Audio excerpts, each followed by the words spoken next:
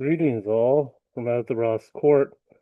This is Selgris once again, my ne'er-do-wells, and today we are going to talk about the latest episode of The Boys, Season 5, Episode 6, Though the Heavens Fall. This was a great episode, in my opinion. Probably better than the last one, which I really enjoyed, the one-shot. In this episode, the boys track down the legend who was a washed-up movie producer that we've seen in previous seasons. He's lost everything. He was kicked out of Vault last year, according to him himself, and he is now working at a Vault movie theater of all places. So he's deathly afraid of Homelanders and the other members of the Seven catching him. He's in like a Vault movie theater. It's hilarious because he's like telling all these stories of how he used to like bang chicks and have all these wild parties with the different celebrities, both the parallels in our own world and the imagined ones in the world of the boys. And none of his Gen Z and maybe even Gen Alpha co-workers, including his supervisor, young guy looks to be about around 20, really give a shit. And they're like, they just ignore him. And the manager is like, you got to clean out like the go to the top, to the nacho machine at one point and, make sure that the butter machine is working, for the popcorn. And they have like another little funny thing they have doesn't really do with the legend, but they have a deep popcorn bucket, with gaping mouth, as those typical popcorn buckets are, the themed ones in the movie theater, and that's hilarious. Well, the boys track this guy down and basically extort help out of him by threatening to tell Homelander where he is. Though why Homelander wouldn't know already, I'm not sure.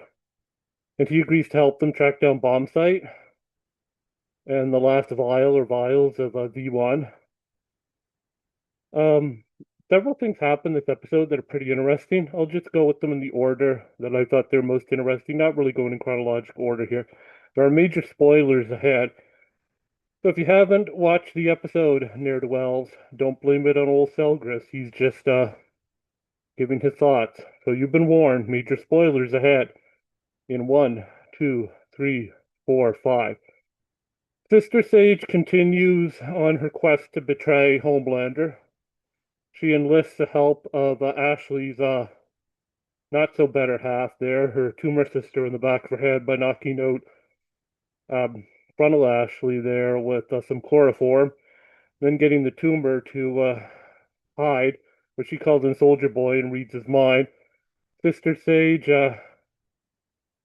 gets the other Ashley to tell her what Soldier Boy, of course, is thinking, as I said, and it is that he really doesn't like Homelander, that he's weird, but he does have a bit of grudging.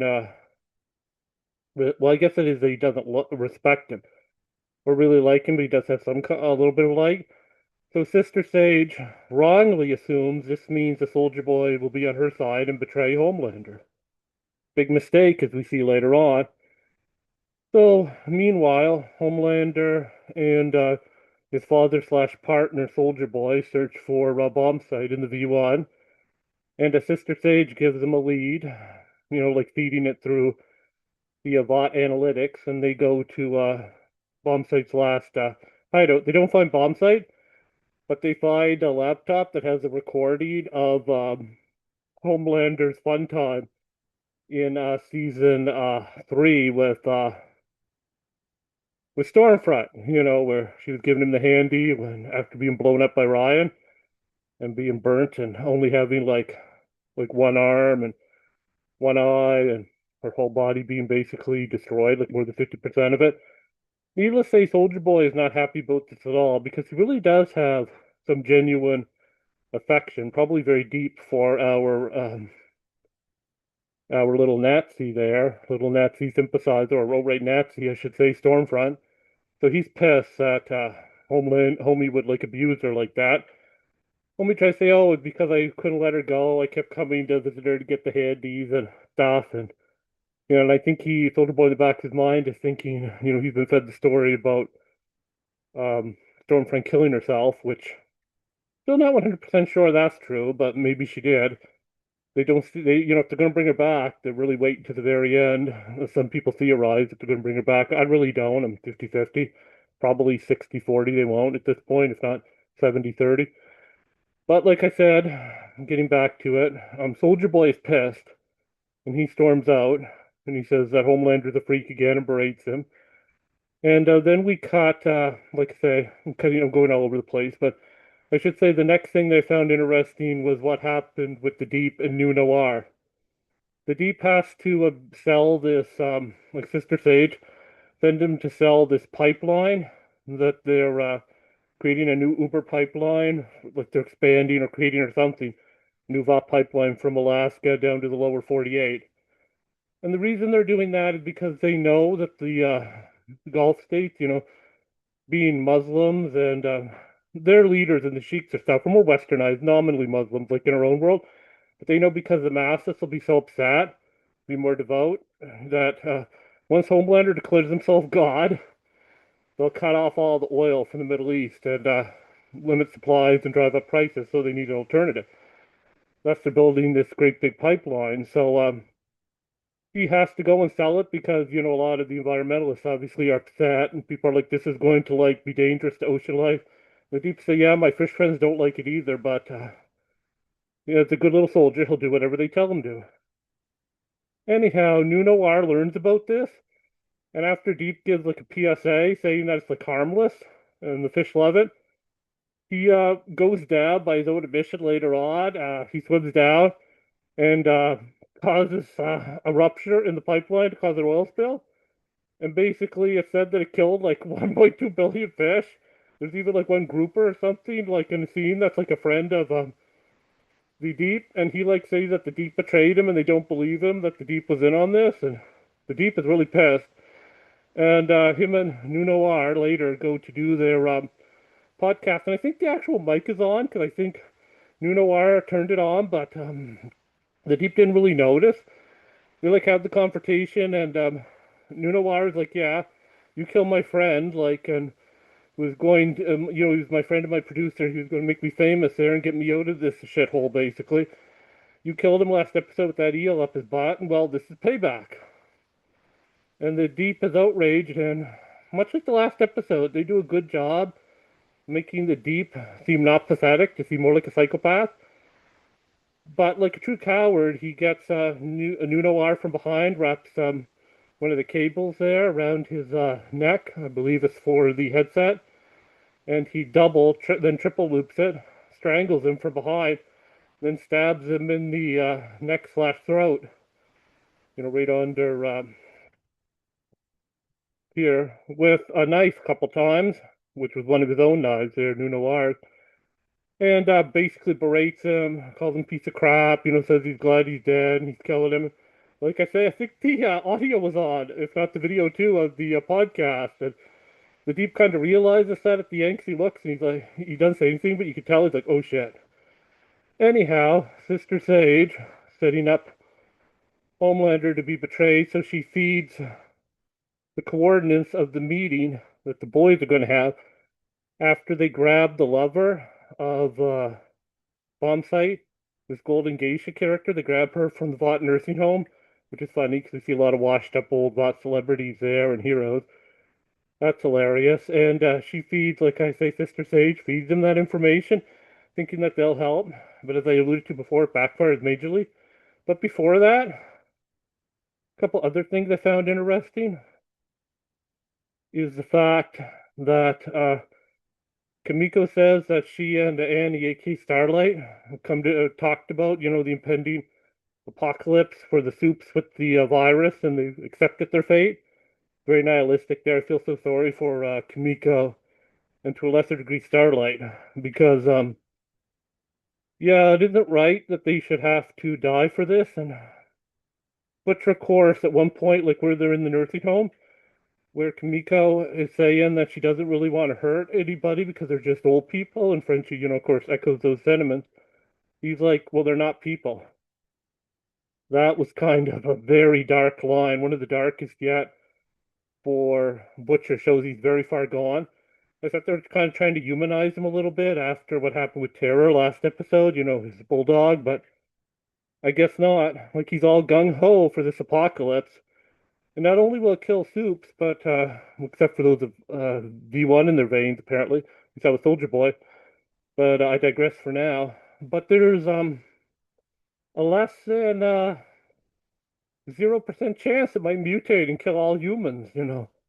Later on, if not right away. It might become a plague or some kind of chronic thing like COVID, and it could kill instead of 30,000 or whatever they said soups in the world, it might kill billions or millions of people and become a chronic disease, even if it doesn't wipe out everyone.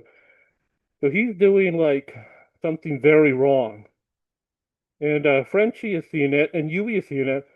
But after a conversation that Mother's Milk had with Sister Sage when she showed up, he's starting to see it too. Like Sister Sage reveals her plan, to cause genocide of soups and the survivors to cause a genocide or semi-genocide of humans so that she can be alone in her bunker and basically read. She also earlier betrays the secondary, like the tumor Ashley, by just leaving her after she tells her what Soldier Boy said and reads his mind when he comes into the room there where she's hiding. And yeah, like I said, she just leaves Ashley out to dry, runs off. Then we get back to what she says to MM. She calls him out. She said, well, you and Butcher are going to be involved, like you supporting him are going to be involved in a genocide too. At least I admit what I am and what I'm doing. You can't admit it, to paraphrase. And the look on his face is just like he's devastated. He's like, oh crap, oh shit. I realize what's going on here. I've become everything I tried to fight, like Anakin Skywalker. I'm on the verge of becoming Darth Vader, and he just sees it now. Anyway, Bonsai shows up to save his squeeze, Golden Geisha, and she explains to Kamiko and the others why she didn't take the V1. He has one dose left, which he brought with him. It's because she doesn't want to live forever, and there's all, the typical, because everyone around me will die, I don't see the world change kind of thing. And Bonsai stone fisting, she takes it. He fights the boys, pretty much whoops the crap out of Butcher. And then Soldier Boy shows up, because of that Sister Sage leak. But she did on purpose, thinking he'll be on their side, or at the very least frustrate Homelander. Well, him and Bombsight have an epic battle. Bombsight can fly, at least for a short distance, so he pulls them out of this place they're hiding, this building. They fly through the roof and land in a field, in a wooded field not too far away. But still several thousand feet away. Maybe I think like a quarter to half a mile. They have their fight back and forth. Soldier Boy ultimately wins. He then threatens to break Bombsight's neck, leave him crippled, though alive. Then they have an exchange about the past, which I'm sure is bait for Lot Rising, the new series. But I don't hold that against him. It's a preview. And finally, Soldier Boy tells Bombsight, look, if Golden Geisha can't take the V1 and become immortal like you and me, well, perhaps there's another way to settle things. If you give me the V1, the last file of it, as far as we know in existence, you give that to me, I'll use my new power there, that chest power that the Russians gave him, that nuclear blast or whatever it is. I will use my power to burn the V1 out of your system. You can age with her and have a normal life, and you'll be powerless, but you'll age normally, and that will be the end of that. And a teary-eyed Bombsight agrees. He zaps him. The boys running out and Sister Sage see that zap off in the distance. Like the light, they're like, oh crap. Anyway, and there's one last thing I should mention before I get to the climax here. Earlier, Homelander kind of has one of his little breakdowns when he meets the legend there. Uh, at the movie theater, we tracks him down. And he is like, why me? I was supposed to be God, all this stuff. And the legend gives him like a talk there, people can't, basically fight time and everyone gets replaced and all this. And then surprisingly, he doesn't kill him. But the legend lets something slip about Golden Geisha that actually is how Homelander finds out where everyone is. This whole confrontation. tells him that, yeah, the Golden Geisha went from like doing her TV series one day to basically hawking bought Life Alert, making fun of Life Alert or referencing it, necklaces. And once he allows, oddly out of character for Homelander, once he allows the living legend, they're the legend, to escape and leave, tells them to leave, just don't say anymore after the talk, he then calls up Vought Analytics and say, I want you to track this particular Vought Life Alert there for Golden Geisha's account and tell me where she is. That's the way he finds her. But one last aside before that, because Butcher has this great idea where Homelander is going to announce his new religion, along with the rest of Vought and the Seven, at, of all places, really big coincidence, I think, here, the church that Annie used to frequent as a kid. I think that's a little too convenient, but contrived, but that's nitpicking on my part, maybe. Otherwise, the episodes look 90% good. Anyway, maybe 95%.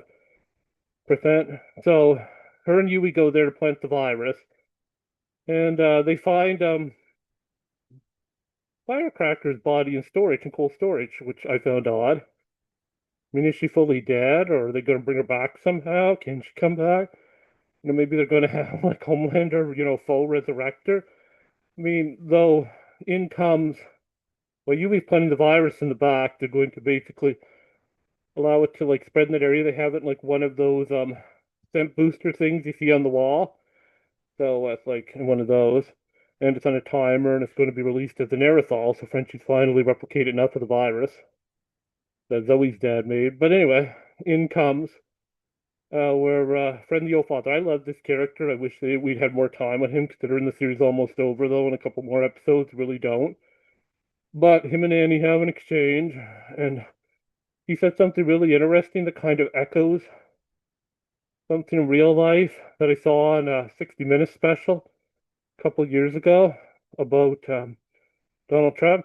He said, look, I prayed to God. I prayed for these people. I've been preaching since I was 9, because of his voice thing there. People had faith in me. They thought I could get them jobs, thought I could cure them of their diseases, thought I could help their children. But I prayed to God, and God never answered my prayers. But Homelander, I know he hears my prayers, and he will answer them, if he sees fit, and I'm willing to die for him. And it's interesting, because he's tangible. I can see him right in front of me. And he does have great power, to a degree. That's cynical, but it's interesting that he said that, because that is what people said on this 60 Minutes special that was intended, place of Tennessee and Kentucky, about Trump. Why they're praying to him and some of the Supreme Court justices and the like. Because, well, I'll never forget one guy in the parking lot there that they interviewed, 60 Minutes did, outside of one of these churches said, well, Donald Trump, he answers our prayers. Bad southern accent there, but that's what it reminded me of. Anyway, him and Annie have a fight. Annie's no match for his sonic scream or whatever it is. He kind of shuts down her powers each time she tries to do it, but Yui saves her by threatening to release the virus, and Old Father eventually backs down. Now, the thing about the virus is, like, Annie herself should know better than that because she knows about the pageant circus stuff. There's going to be kids who, through no fault of their own, as we also saw with the teenage versions of the kids when they become adolescents, with Maria Moreau there, Vought, you. There's kids who, through no fault of their own, their parents did this to them, are going to die because of this, even if it doesn't affect normal humans. So this is really wrong, and they all know it's wrong. I'll just kill one man, no matter how powerful he is. So this is wrong, and they shouldn't be doing it. Anyway, getting back to the climax with Homelander, Soldier Boy now has the formula. He's depowered bomb sight. Just as the boys arrive, he gives the vial, the syringe there, just prepped in. Very nice of a bomb sight to do that, but I guess he's going to give it to Golden Geisha.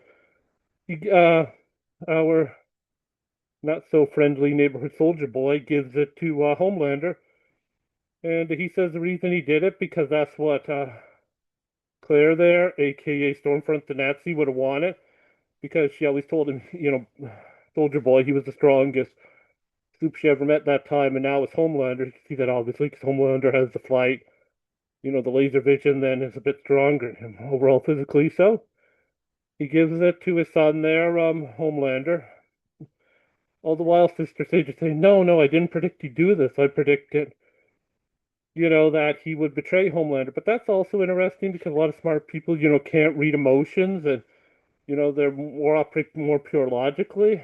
And it would make sense that she would do so well as well as the smartest person, quote unquote, in the world.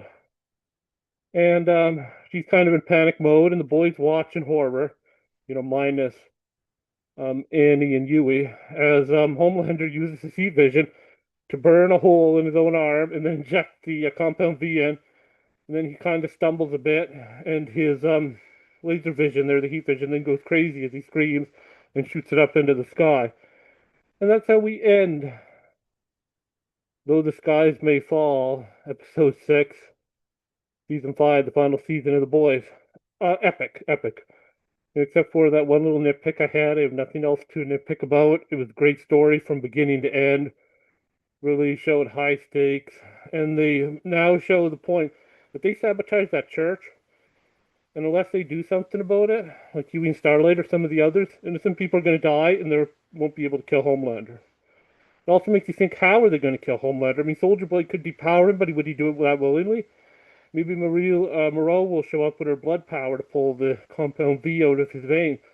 So can she do it with V1? We saw her do it with V2, but could she do it with V1? We really don't know. So yeah, I guess maybe Godalk. But did he really have the V1? Well, I guess he was immortal, but so yeah, there's so many questions here of how this could end. Fantastic. I give it 2 thumbs up. 10 out of 10, 5, 4.5 out of 5, let's say 9 to 9.5 out of 10, near perfect. So I'm really looking forward to the next episode. Now, people say it's like getting too political. I'm loving it myself. I'm sorry, but all the Trumpers, I'm loving it. And I can't believe this was written like a year and produced more a year ago or more, because it is getting everything Trump is doing, with trying to become God, right down to a T. And how everyone is reacting around him to it, like his inner circle sycophants. I mean, all they need to have this be a perfect one-for-one parody of current events would be to have Homelander start a war somewhere, or Mr. Sage, or one of them. That's the only thing's missing. I mean, it is eerie how well they are, like the show writers and runner at predicting stuff. I give them credit. So, ne'er-do-wells from Out of the Ross Court, that's it for this video. And please subscribe. Please like, share, and subscribe. Like, share, and subscribe. We need to grow this channel. And I'm hoping my new setup with this little mic here helps with the audio. And please let me know, because I think that's my weak point right now. I'm working on adding some other stuff, like some animated elements and the like. But right now, I think I best concentrate in the very short term on the audio. So from As the Roth Court, uh, until next time, farewell for now, ne'er-do-wells.